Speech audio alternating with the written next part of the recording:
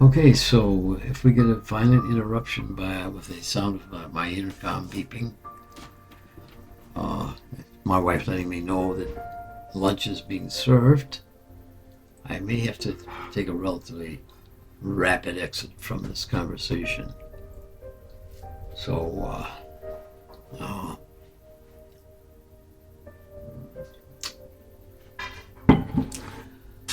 getting back to the theme of the conversation. Uh, uh,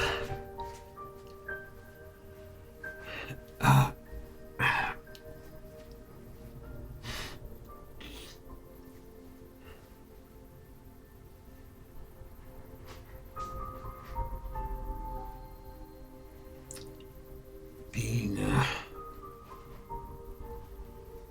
you know, going down this path, sunlit, green, landscape, just most beautiful parks and visions that you could have. Flowers blooming everywhere, brilliant colors displayed. Air filled with birds and other wild animals scampering about on the grounds. Yeah, I was actually at a place like that in one of these state parks. Yeah, so it was nice. Really nice. No, seriously, yeah. Yeah. Yeah, my wife and I spent a couple nights in a little community called Nashville, Indiana. The headquarters for Brown County State Park, which we spent a couple, one full day, all day exploring, little places and things like that. Yeah, very beautiful, beautiful. Even ate at the lodge there. Yeah, it was a nice meal. Yeah, it was typical American fare. And I was like, kind of a hodgepodge of it's just American-made food made to taste like something else. Your mom and dad did that sort of stuff all the time. Yeah, so. But if your theme is Italian and you're making Chinese or something like that, and the guy knows that's not Chinese, Mom. Keep to the Italian stuff, or something like that. Or no, there are marvelous cooks from all creeds and races. Yeah. Oh, I mean, I said I joked to made that joke, but actually, in reality, oh. Some of the most delicious food I've eaten are from various places in the world, in China, remote places in China. It's like sitting around this big table, like a big tribal thing, in the Mongols, the Mongols, it's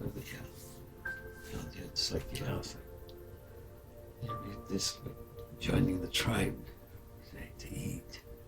I mean, it's all modern fare. You're eating it, but it's not starving. Yeah, it's still that kind of a cultural structure, people being close to one another, and, sharing their space, finding comfort in each other's comfort. In a manner of speaking, the Mongols, hardworking people. Oh yeah, I saw them put on this horse show, right? I think these wild horses running down the river, like some real when the rivers were low, so they're actually running on the riverbed, but there's no water. You can see the water. They put on a show for you. I didn't know what was happening. I don't understand Chinese. I just followed the group, bringing up this place, and it's like, oh, that's interesting. Look at that. I see a bunch of horses congregating. They put a bunch of horses with riders, kind of similarly dressed. What's going on here? And it's like a big wide open flat area where the river would, in the higher times, so it's like a lot of space, but just very low. And so it was perfect, I guess, perfect opportunity, picture taking. I guess it would be a greater flow flows.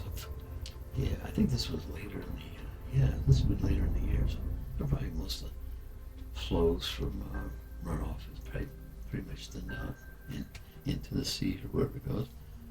And so there's low tide in the Mares Bay in an annual sense. So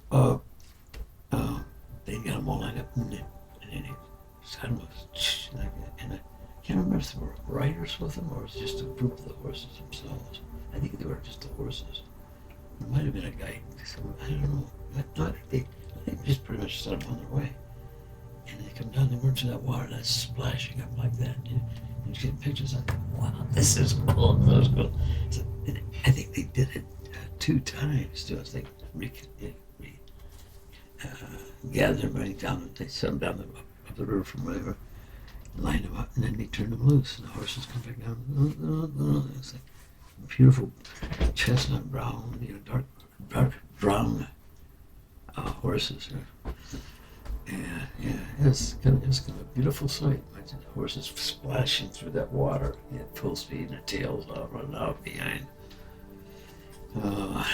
So it was in Mongolia, upper or lower?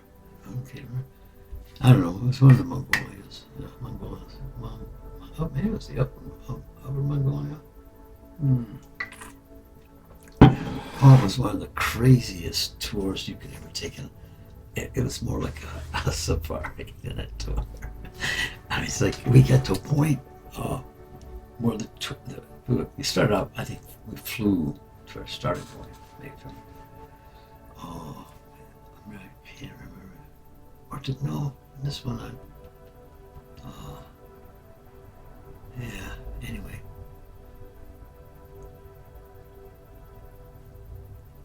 Yeah, we started out in Guangzhou. By bus, I think. Yeah, by bus. Oh, no, I think, no, we had, that's right. I think we,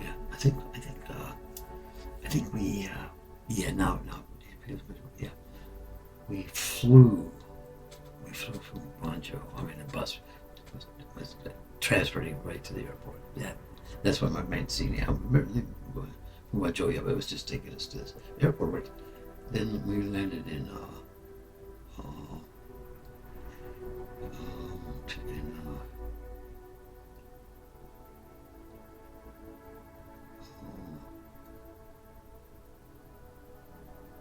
my mind is drawing a blank.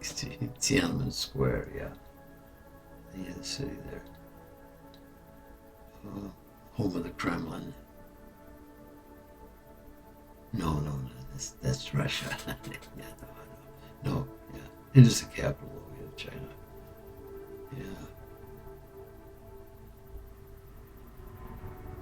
Yeah, so, short plane right there. Then we hop on the buses, and they just gotta start meandering through the countryside up to lower Mongolia. And it got to a point where we were all in one bus, this particular group, we were 30-some people. And it got to a point where I've heard a conversation, everybody knew about what's going on through the Chinese, but I didn't. You hear this conversation, just gotta sit back and get into your meditating world and enjoy your space.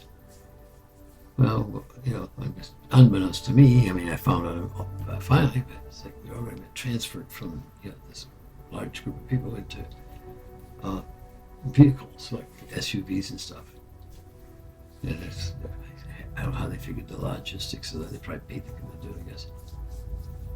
And we're going back into, loaded into these vehicles, and some of those roads were like normal, and then some were like, one trail that they took, I have no idea. Literally, they pulled off the road and went through this field, and for a few miles before entering up into another road somewhere, taking off. And it's like, there were some precarious places. I think it's I don't know if rainy season or something, but is right. Everything's like got some places were like muddy and stuff. Oh, you're going through those fields and that, and it's literally just like, it's like, what? It's weird. And some of it was because of the road was down too, so they got to circumvent on, you know, a washout or something. And this is way up in the boonies, yeah. So I imagine they don't. I don't know. I'm not sure. I wouldn't want to make a comment to indicate, you know, bad maintenance or something like that. So it costs to maintain stuff like that. And very, very remote population. Not as many people live in those areas, more remote areas. So yes, it cost infrastructure is, you know, relative to the people living there, it can be expensive. Yeah. You know, logistically, roads and stuff like that. They complete other destinations and they go through there. That shouldn't be an issue, you know. But you know, but just maintaining the infrastructure in these smaller communities. Yeah. So it's important. Yeah. Well, with that clamoring, I'm going to take a break.